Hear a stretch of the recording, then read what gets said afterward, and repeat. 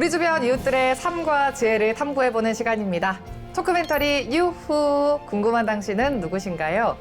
올해는요, 우리나라 한인들이 러시아로 이주한 지 160주년이 되는 해입니다. 누군가는 가난해서, 또 누군가는 자연재해 때문에, 또 어떤 사람들은 독립운동을 위해서 고국을 떠나서 낯선 땅으로 이주를 했는데요. 그곳에서도 고려인이라는 정체성을 잊지 않고 척박한 땅에서 희망을 일구고 또 문화예술을 꽃피웠습니다. 그래서 오늘은요, 이 고려인들을 기억하고 또 기록하는 분들 만나서 이야기 나눠보려고 합니다. 세계적인 화가 문빅토르 화백과 또 월곡 고려인 문화관의 김병학 관장님 두 분과 함께합니다. 안녕하세요. 안녕하세요. 반갑습니다. 반갑습니다. 저는 고려인 삼시의 문빅토르 화가입니다. 예, 반갑습니다. 네, 반갑습니다. 안녕하십니까. 월곡 고려인 문화관장 김병학입니다. 야, 반갑습니다. 사실 오늘 관장님은 일주일에 단 하루밖에 없는 휴가까지 반납하고 오셨다고 하더라고요. 어떤 마음으로 오늘 이 자리에 오셨나요? 아이고, 그냥 제가 그런 엄청난 사명감을 갖고 있는 사람은 아닌데 오늘 또 마침 이 고려인의 역사 문화, 고려인 이주 160주년을 기념해서 이런 걸 알리는 또 이런 기회가 마련이 됐기 때문에 이런 날은 쉬는 날보다 더 좋은 날이지 않을까 생각하고 왔습니다. 우리 문화백님께서는 TV 출연을 자주 하신 편인가요? 아니면? 아니, 그렇게 많이 안 찍어요. 제가 화가니까 앉아서 그림만 그리지 제가 배워요. 지금 좀 떨리세요? 아니, 괜찮아요. 괜찮습니다.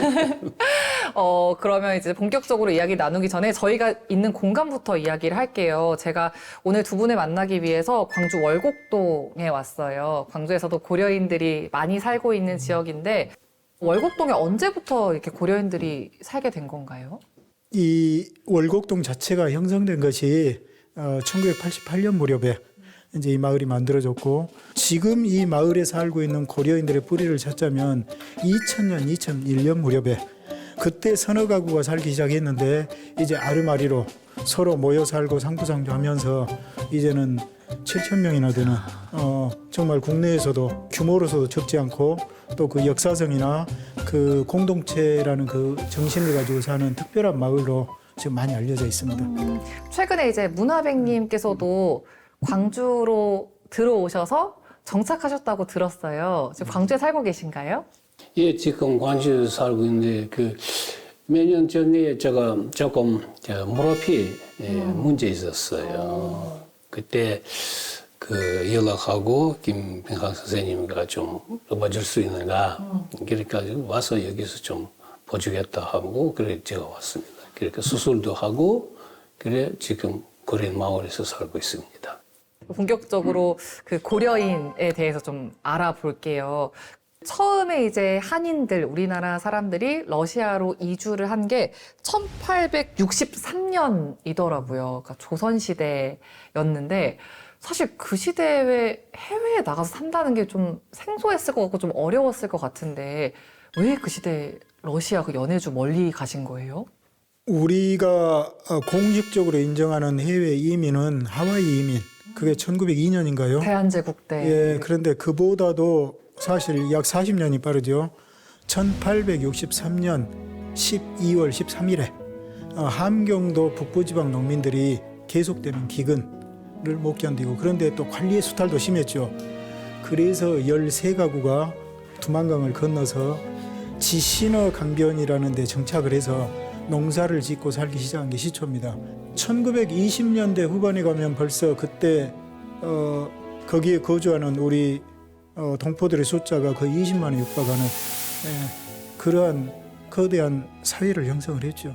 지금 여기 저희 뒤에도 보이고 있는데 이주 역사, 한인 이주 역사에서도 가장 비극적인 사건으로 꼽히는 게 고려인들이 강제로 중앙아시아로 이주된 사건이잖아요. 어떤 사건인지 관장님께서 다시 설명을 좀 해주실까요?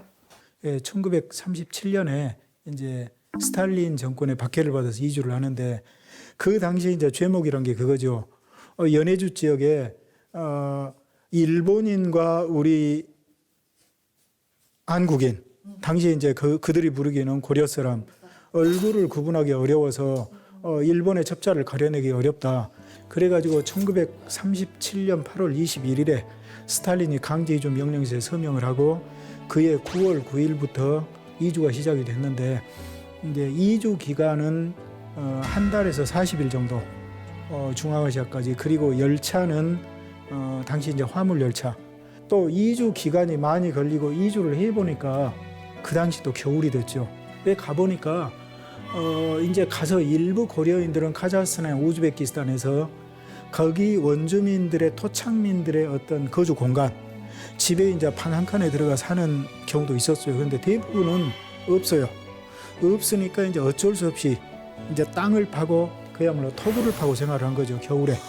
그래서 그 겨울에 이제 추위와 풍토병으로 지금 통계도 정확하지 않습니다만 15,000명에서 25,000명 정도의 노약자 어린이가 그때 목숨을 잃었고요. 그때의 증언들을 보면 집집마다 이 통곡 소리가 나지 않은 곳이 없었다. 이 관을 메고 나가고 그런데 그 속에서 고려인들이 그걸 이겨내고 38년 4월에 이제 토굴에서 밖으로 나오기 시작하죠.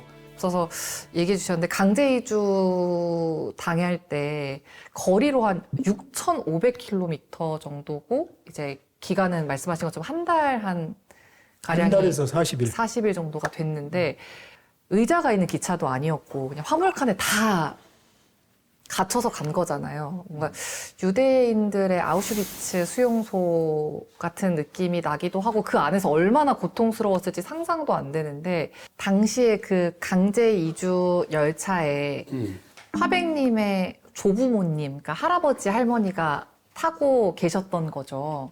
그렇죠. 어머니 14살. 14살, 와. 나는 수도입에서 그 강제 이주 열차 와서 거기서 태어났거든. 1951년에. 혹시 뭐 부모님이나 할머니, 할아버지한테 당시 그 열차 안에서 있었던 일 들으신 거 있으신가요? 말하했어. 아마 부끄러워서 하는도 그리고 우리 어린이가 어디 애들을 밖에 나가서 말하면 그 경찰들 기집애 소련 사람들 딱 잡을 수 있으니까.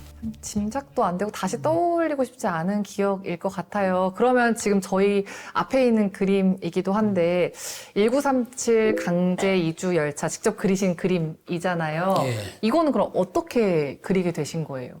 글쎄 그거는 아마 5년 전에 시작하고 그리고 카자흐스탄에서 살 때 제가 그랬어. 그러니까 그리고 우리 카자흐스탄에서 국가박물관에 있거든. 가시지 이름 가서 보여주니까 그러면 그러면 안 된다 했어. 그쪽에서 너무 무섭고 뭘 저렇게 그 사람들 고생한 건 그 다른 민족은 별로 모르지요. 그러니까 여기 와서 여기서 보여주니까 그 김 선생님 보고 우리 박물관에서 걸어놓자 하고 그렇게 했습니다. 또 저는 제일 많이 눈길이 가는 게 저기 그 가운데 아래쪽에서 눈이 이렇게 가리고 울고 있는 여자분이 눈이 제일 많이 가요. 저분은 어떤 걸 표현하신 거예요? 그러니까 그 강제주 때문에 무슨 제목 약간 이야기를 하면 우리 어머니가 좀 슬퍼서 눈물 나고 그건 기억합니다. 그렇기 때문에 좀 그러면 우리 어머니 생각하고 그 당시에 열차에 타고 있었던 우리 엄마가 저 모습이 아니었을까라는 생각으로 그리셨다는 거죠. 연해주, 그러니까 러시아에서 한 달, 거의 40일 거쳐서 이제 강제 이주가 돼서 우리 고려인들이 처음에 도착한 곳은 어디예요? 1937년 9월 9일에 첫 열차가 출발을 했고 그 열차는 좀 빨리 갔어요. 그래서 한 달 만에 10월 9일에 우슈톱에 첫 기착을 했습니다. 그 뒤로 이제 끊임없이 이제 차들이 와서 기착을 하고 또 어떤 차들은 이제 우즈베키스탄까지 더 가서 기착하고 하면서 고려인들을 흩뿌려 놨죠. 우스톱에는 당시에, 그러니까 앞서 얘기해 주시긴 했는데 뭔가 농사를 짓거나 뭐 산업 활동을 하기에 적합한 곳은 아니었던 거죠, 당시에도. 카자흐스탄은 굉장히 척박한 땅이에요. 뭐냐면 사막지대도 많고 또 소금밭, 땅이 이렇게 융기한 지역이라 소금밭이고 해서 농사를 짓기가 좋은 데가 별로 없습니다. 그래서 목축이 성행하죠. 물론 우즈베키스탄 가면 이제 땅이 좀 더 낫지만 그래서 농사 짓기에 여러모로 불리하죠. 그런데 이제 이주에서 살아야 되니까 고려인들이 이제 멀리 강까지 그때 삽으로 수로를 몇 킬로씩 내 가지고 물을 끌어들이고 해서 이제 농사를 짓기 시작하죠. 사실 그러면 그 고려인들이 사는 그 환경 자체가 굉장히 좀 힘든 상황이어서 그림이나 이런 거 배우는 것도 쉽지 않았을 것 같거든요. 근데 어떻게 그림을 또 배우셨어요? 그 환경에서? 그 우시도비 조금 떨어져서 또 시골이 렌스키 푸트라고 셀로 있었어요. 거기 사셨어요? 거기서 뭘 그림들을 제가 뭐 학교도 없고 선생님도 없고 그저 혼자 앉아서 그저 그림 그리고 그러니까 어머니 선생님이니까 좀 보고 좀 그림 그린다 하면서 앨범도 주고 연필도 써주고 그때 시작했어요. 10살 때문에. 독학하신 거예요, 그러면? 네. 천재 아니신가요? 아니, 저는 사실 너무 이제 그림이나 이런 작품이 굉장히 훌륭해서 그림 수업을 따로 배우신 줄 알았어요. 글쎄, 선생님이 있으면 그렇게, 선생님이 없으니까 혼자 이렇게 노력하면서 그림 그리면서 더 잘하지. 그러니까. 그렇게 혼자 독학으로 해서 지금 세계적인 또 화가가 되셨잖아요.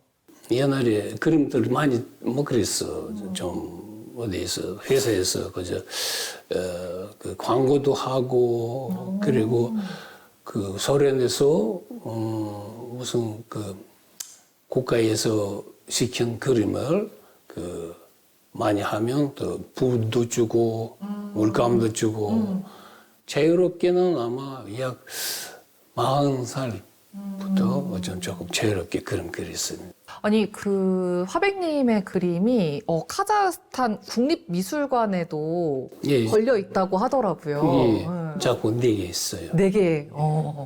그만큼 좀 세계적인 정말 훌륭한 화가신데 계속해서 이제 고려인들의 아픔 또 고려인들의 역사와 관련된 그림을 많이 그리시잖아요. 예. 이유가 있으실까요?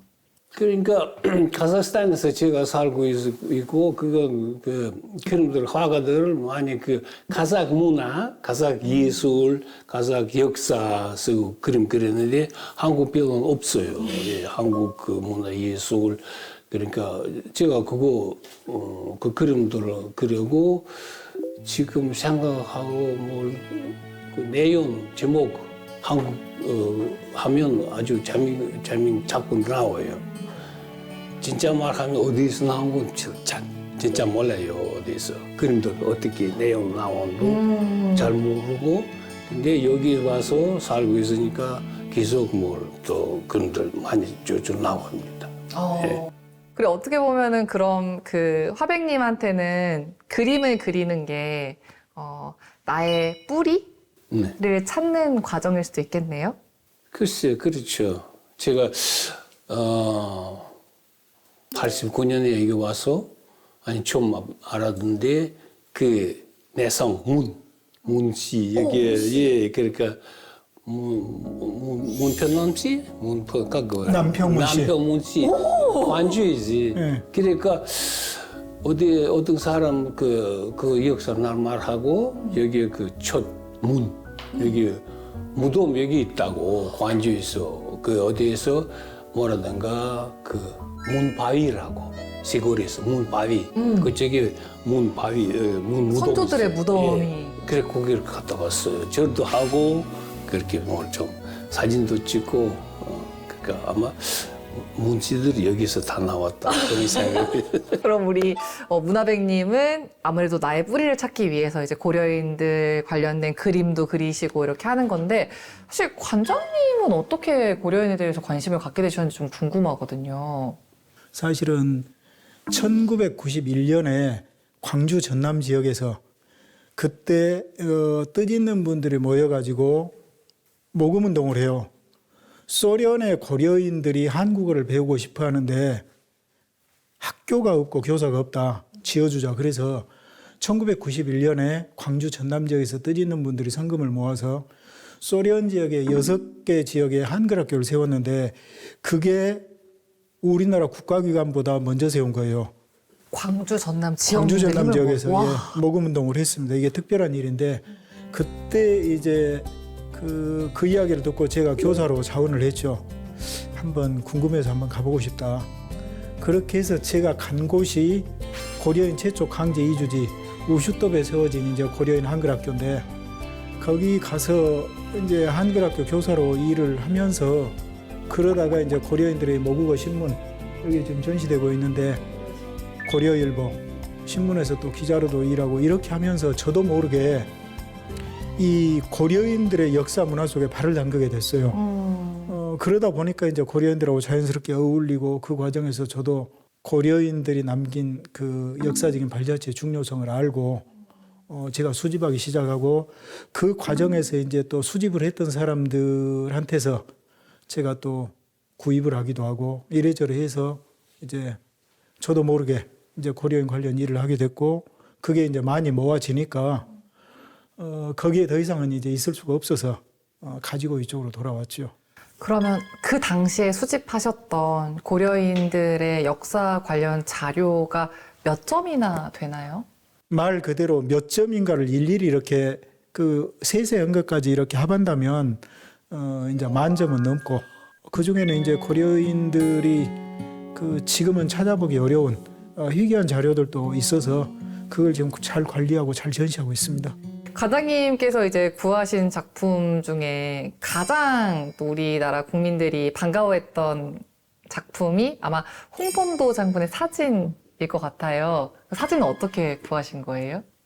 홍범도 장군은 항일 무장투쟁이나 항일 의병운동 과정에서 가족이 다 가족을 잃었죠. 그리고 또 그분은 홀로 사시다 1943년에 일찍 돌아가셔서 친척이 없다 보니까 그분의 유품 자체가 희귀해요. 예, 그래서 홍범도 장군의 유품은 굉장히 구기 어려운데 제가 또 다행인 건 고려일보라는 신문사에서 일을 했죠. 신문사가 뭐 하는 것입니까? 고려인들의 어떤 쉽게 알 수 없는 내밀한 정보가 오가는 것이고 그런 것을 가장 빨리 접할 수 있는 것이에요. 그래서 그 과정에서 이제 그런 것을 소장하고 있는 분들을 알았어요. 그런데 이제 그분의 어떤 작업도 도와주고 이래저렇게 했는데 이제 나중에는 그것과 한꺼번에 그분이 소장했던 것을 제가 딱 인수를 하게 됐죠. 예. 네, 이제 또 홍범도 장군이 말년에 수의를 했던 곳으로 유명하죠. 고려극장에 대한 이야기를 좀 해볼까 하는데 먼저 고려극장이 어떤 곳인지 관장님께서 설명을 좀 해주신다면요. 고려극장은 1932년 9월 9일에 블라디보스톡에서 만들어진 국내외 한민족을 통틀어서 가장 먼저 설립된 우리말 전문 연극 극장입니다. 와서부터 지금까지 물론 지금은 서투르지만은 그래도 우리말로 연극을 하고 있어요. 참 대단하죠, 역사적으로.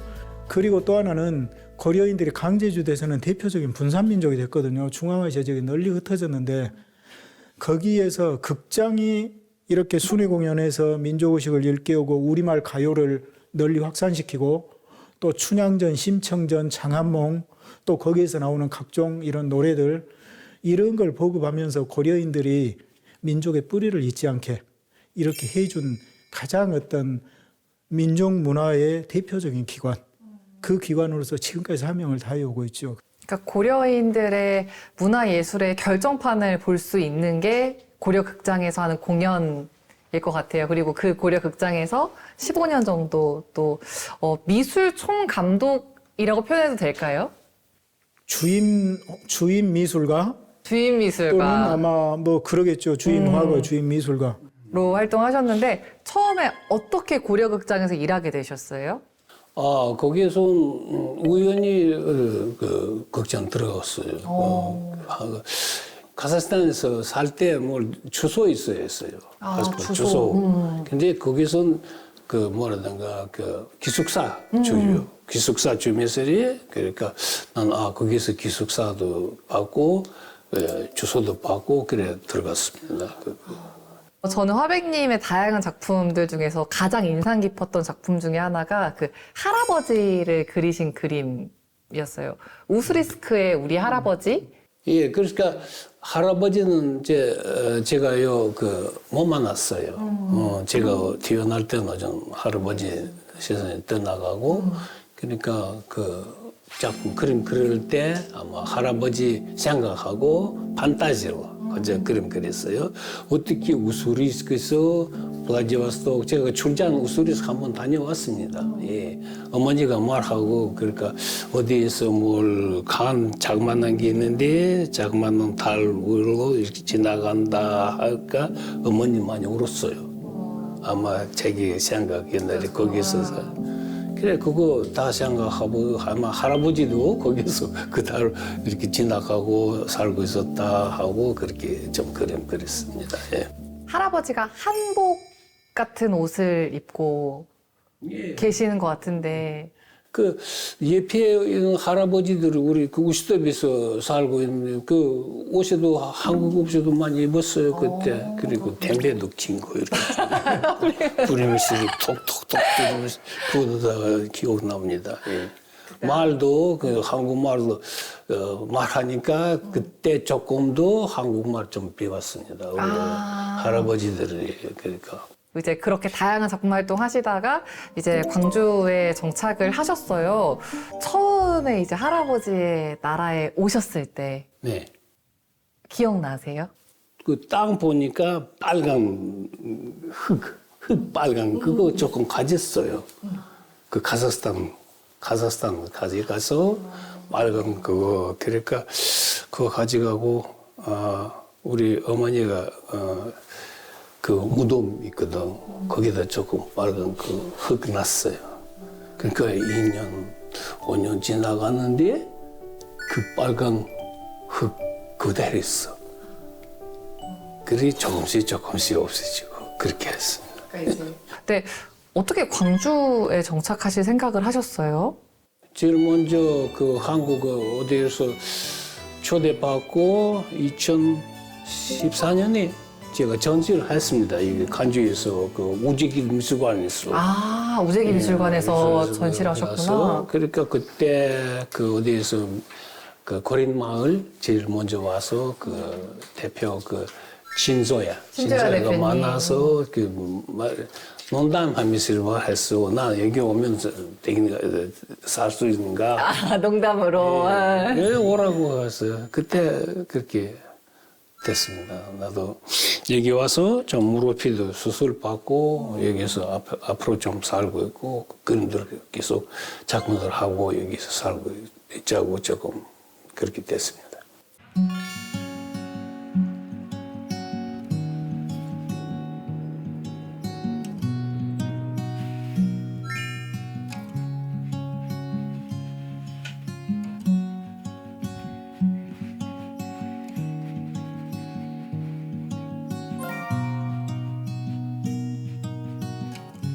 삼시시기에 강지주 그때 그 열차 타고 우리 어머니가 14살 와거든. 역사 알려주기에 그림 그리고 있습니다.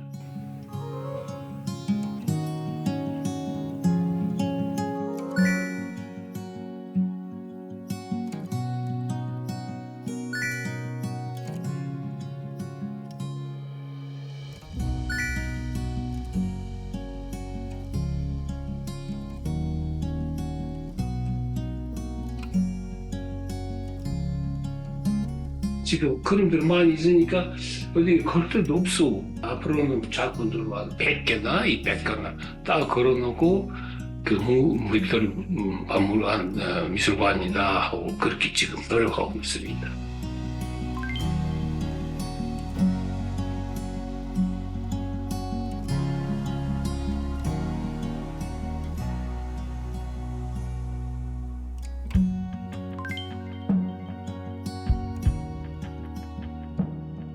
할아버지의 나라로 다시 돌아오신 거잖아요. 글쎄, 그러니까 우리 그 남편문 씨 여기서 남편문 씨. 그렇게 쭉 이렇게 저 하바rovsk, 블라디보스토크에서 카자흐스탄에서 그리고 나 여기에서 광주로 돌아왔습니다. 광주에 오시니까 또 남평문 씨 가문이 또 나주에 있고 나주랑 광주 가깝잖아요. 어떻게 좀 그 기운을 받아서 그림도 잘 그려지시나요, 더? 예, 그렇죠. 그러니까 지금 계속 그런 생각하고 그림들 많이 나와요. 그 여기서 한국에서 그림 나오는데 한 작품은 센 자매, 세 자매. 예, 세 자매, 믿음, 소망, 사랑 그런 그림 좀 나왔어요. 세 자매, 믿음, 소망, 사랑이라고 이름을 붙이셨잖아요, 작품에. 예. 왜 믿음, 소망, 사랑이라고 하셨어요? 그 카자흐스탄 러시아에서 그 자매들 세면 있으면 그렇게 이름 붙였어요. 뭐 민지, 지수처럼. 예, 예, 예. 그래서 그런 이름을 따와서 그렇게 지으신 거군요. 예. 저는 또 이제 광주에 왔더니 믿음, 소망, 사랑이 샘솟아서 그렇게 지으신 줄 알았어요. 비슷한 이유인가요? 예, 아마 그럴 겁니다. 이야기 쭉 나누다 보니까 시간이 어느덧 이렇게 흘렀는데 고려인들의 역사에 사실 이제 강제 이주도 역사 교과서에서 단 한 줄 정도로만 다룬 비극적인 사건만 다루기 때문에 잘 몰랐는데 고려 극장도 그렇고 굉장히 재밌고 또 우리가 꼭 기억해야 될 일들이 참 많은 것 같아요. 열심히 이제 고려인들의 역사를 수집하고 기록하시는 분으로서 우리가 왜 고려인들의 역사를 이렇게 기억하고 또 계속해서 이렇게 수집해 나가야 된다고 생각을 하시나요? 고려인은 어찌 보면 고려인 역사가 따로 있는 게 아니라 우리의 역사죠. 당시에 우리가 나라가 지켜주지 못해서 기근에 시달리던 조상들이 이주한 것도 지켜주지 못했고 또 일제시대 때 빼앗긴 나라를 되찾고자 또 가 있는 분들도 결국에 우리가 지켜주지를 못하고 지금 그렇게 가서 이분들은 소련 지역에서 4번의 대일주, 대이주 이 과정에서 많이 흩어졌는데 우리가 지금 세계적으로 자랑을 많이 하죠. 세계 10대 경제대국 또 뭐 한류가 뭐 어떻고 또 뭐 우리가 뭐 군사력이 지금 세계 몇 번째고 그런 말을 이렇게 하면서 그 우리가 지켜주지 못해서 갔던 이 동포들이 오자고 하는데 그건 또 왜 못 해주는가. 그래서 저도 이 문화관에서 이러한 고려인 역사 전시를 하면서 그런 이야기를 자주 합니다. 여기에 우리가 좀 받아들이자. 지금 뭐 국제화 시대고 우리가 해외 이민 또 뭡니까 심지어는 그 난민까지도 우리가 뭐 규정이 있었고 받아들이고 있는데 왜 가장 가까운 우리 동포 문제는 지금 해결을 못하고 있는가. 저는 순서가 잘못됐다고 생각하고 이 문제를 먼저 우리가 해결하는 데 좀 앞장을 섭시다 하고 싶습니다. 네. 앞서 이제 관장님 이야기하신 것처럼 우리 수많은 고려인 동포들, 우리 문화백님 같은 동포들이 나의 고향, 나의 뿌리, 나의 할머니, 할아버지를 찾아서 우리나라로 돌아왔지만 이렇게 사는 게 녹록지 않다라는 말을 많이 들었는데 두 분이 앞으로 그분들을 위해서 좀 든든한 울타리가 돼주셨으면 좋겠다라는 생각이 들고 저도 동포 중에 한 사람으로서 노력을 하겠습니다. 오늘 이야기 너무너무 재밌었고 잘 들었습니다. 고맙습니다. 네, 감사합니다.